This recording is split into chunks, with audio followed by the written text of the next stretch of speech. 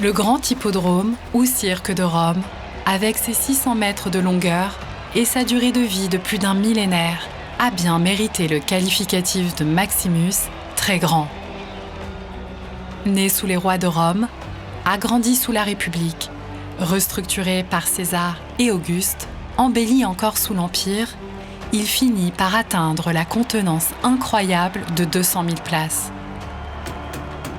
Mais une grande partie de sa structure était en bois et il subit plusieurs incendies catastrophiques, dont celui de 64 après Jésus-Christ sous Néron, qui mit le feu à toute la ville.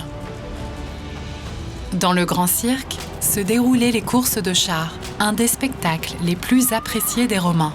Ces courses étaient organisées par 4 factions qui étaient de véritables entreprises. Les Bleus, les Verts, les Rouges et les Blancs. Elles finançaient et organisaient les courses, géraient les grandes écuries et formaient les cochers.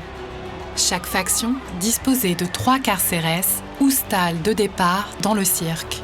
Un tirage au sort initial permettait à la faction gagnante de choisir les 3 stalles les mieux placées. Les 12 portillons de départ s'ouvraient d'un seul coup au signal donné par le lâcher d'une étoffe blanche, la mappa. Il fallait aux chars très légers, attelés de 4 chevaux, les quadriges, faire 7 tours de piste dans le sens rétrograde.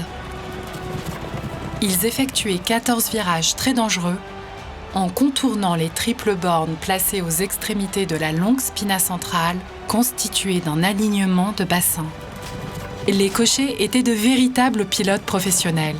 Ils devaient faire foncer les 2 chevaux du milieu, accélérer celui de droite, déporter celui de gauche pour stabiliser le char dans le virage qu'il prenait à pleine vitesse.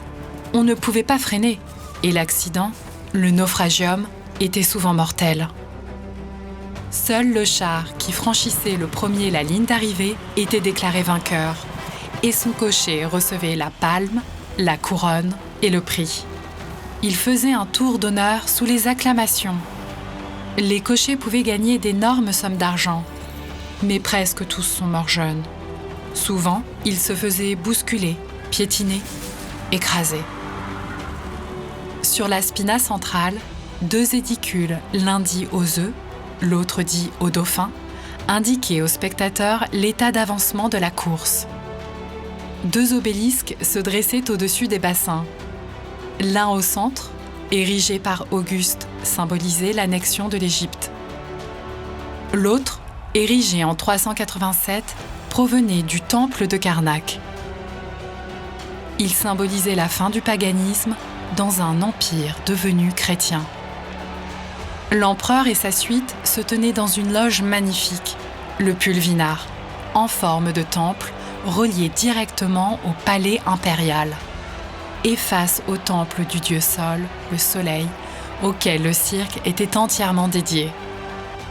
Le cirque servit occasionnellement pour de grands combats spectaculaires. Mais un jour, les éléphants se sentant menacés, foncèrent tous ensemble sur les gradins en semant la panique.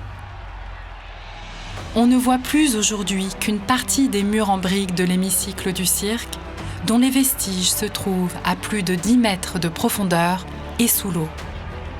Enfoui, mais présent, le Circus Maximus demeure à jamais au cœur de Rome et dans les mémoires comme un des monuments les plus extraordinaires de l'Antiquité.